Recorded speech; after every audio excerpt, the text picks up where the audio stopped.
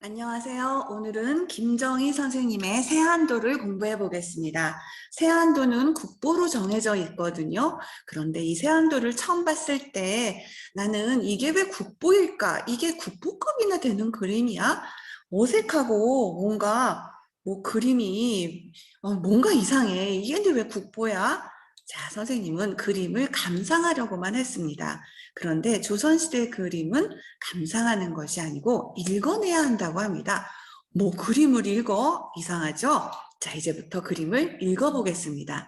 자, 세안도는 문인화의 정수라고 하는데 이 그림은 최북 선생님의 산수화이고 이 그림이 세안도입니다. 이것은 김정희 선생님의 초상화죠. 누가 더 잘 그렸나요? 분명히 화가가 그린 그림입니다.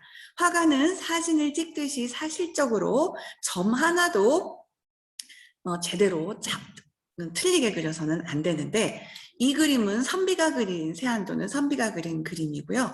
선비는 사실적으로 그리는 게 아니라 자신의 경험과 생각을 그린 것, 이것이 문인화라고 합니다.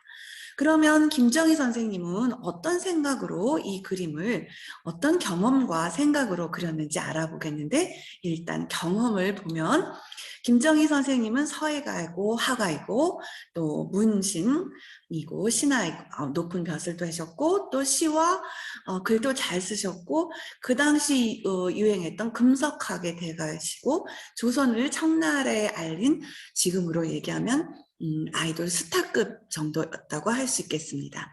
자, 청나라 사람들은 조선의 김정희 선생님의 서예 글씨 하나 갖기를 염원했다고 합니다.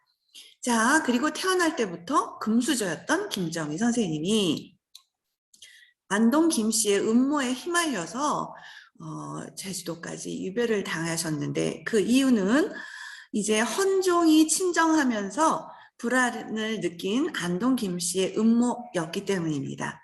김정희 선생님은 효명세자의 선생님이셨어요.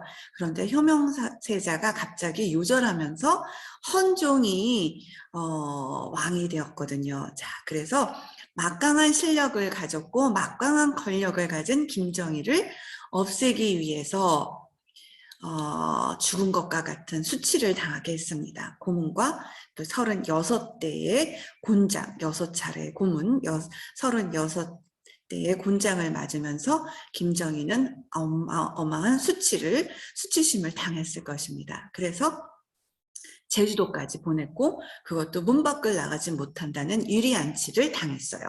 그럼 이런 경험을 어떤 생각으로 그렸을까? 자, 이때 세한도는 왜 그렸는지 지금부터 보겠습니다. 세한도는 이렇게 글씨 세한도라는 제목 부분과 그림 부분과 발문 부분으로 나눠서 볼 수 있어요.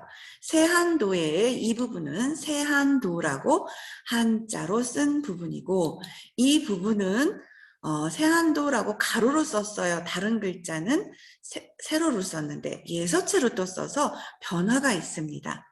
그리고 우선시상이라고 썼는데 우선이라는 이 부분은 이상적이라는 김정희 선생님의 제자고 이상적은 상, 이때 상은 상줄상 또는 감상할 상, 그래서 이상적에게 준다라는 뜻도 있고요. 이상적은 감상해봐라 라는 뜻도 있습니다.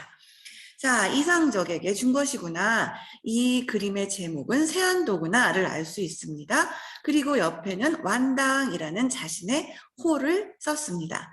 자, 완당이라는 이분은 완당이 아니고 이분은 완원이라는 청나라에 수사가 갔을 때 스승으로 모신 분이고 이분은 옹방정이라는 분입니다. 이 두 분은 이 청나라 시대의 유명한 서예가고 문장가이며 고증학을 집대성했던 아주 유명한 그 석학들인데 청나라 갔을 때 이 두 분을 만나게 되었고 이분으로부터 완원이라는 분으로부터 완당이라는 호를 받았어요. 그래서 청나라 이후부터는 완당이라는 호를 썼다고 합니다. 자, 이번에는 이상적에게 주겠다고 했잖아요. 그러면 이상적은 어떤 사람이었는지 보겠습니다. 이 그림은 아까 말했듯이 추자 김정희의 초상화고 이분이 이상적의 초상화인데요. 중인 신분으로 초상화를 그리기는 힘들었습니다. 그런데 이분은 초상화도 남아있네요. 자, 역관이었습니다. 중인 신분의 역관. 이분은 집안에 12역관으로 중국에 12번이나 갔다 왔어요. 보통은 몇 번 못 간다고 합니다. 그런데 이분은 12번이나 갔다 왔다는 것으로 중국어 능력자고, 중국에는 많은 방언이 있기 때문에 알아들을 수가 없는데, 이분은 아마 홍콩 같이 남방에 있는 사람들과 만나도 통역이 될 정도로 중국어 능력자가 아니었을까. 그래서 12번이나 갔다 오지 않았을까라는 생각을 합니다. 그런데 이분은 문집을 낼 정도로 시와 문에도 뛰어났고, 그랬기 때문에 중국 문사들과 사귈 수 있었습니다. 자, 김정희 선생님의 청나라에서 사귄 그런 분들과 12번을 오가면서 그분들의 서신을 김정희 선생님에게 전달하는 그런 중간자 역할도 했던 능력자입니다. 그런데 역관은 월급이 없었대요. 그러면 어떻게 살 수 있었느냐? 한번 중국의 연경에 갈 때마다 한국의 조선의 그 인삼 같은 것을 독점할 수 있는 그런 권한을 줬고, 그리고 올 때는 또 중국의 비단이나 뭐 기타 등등 한국 조선 사람들이 좋아하는 물건을 가져와서 그런 물건을 팔아서 챙긴 돈이 최소 2억에서 4억 정도라고 합니다. 그러면 12번이나 갔다 왔고, 이분의 할아버지 때부터 증조 할아버지도 전부 역관이면서 역관을 가리키는 교육기관에서 훈장을 했다니, 다들 옛날부터도 부자였고 손자까지도 통역관으로 하였으니 돈이 얼마나 많았겠어요. 자, 그런데 선생님이 이분의 연보를 보니 1845년 임금으로부터 전닭과 노비를 하사받았다. 47년에는 지중추 부사, 그리고 운송당직이라는 그 제목을 헌종이 명명했다라고 합니다.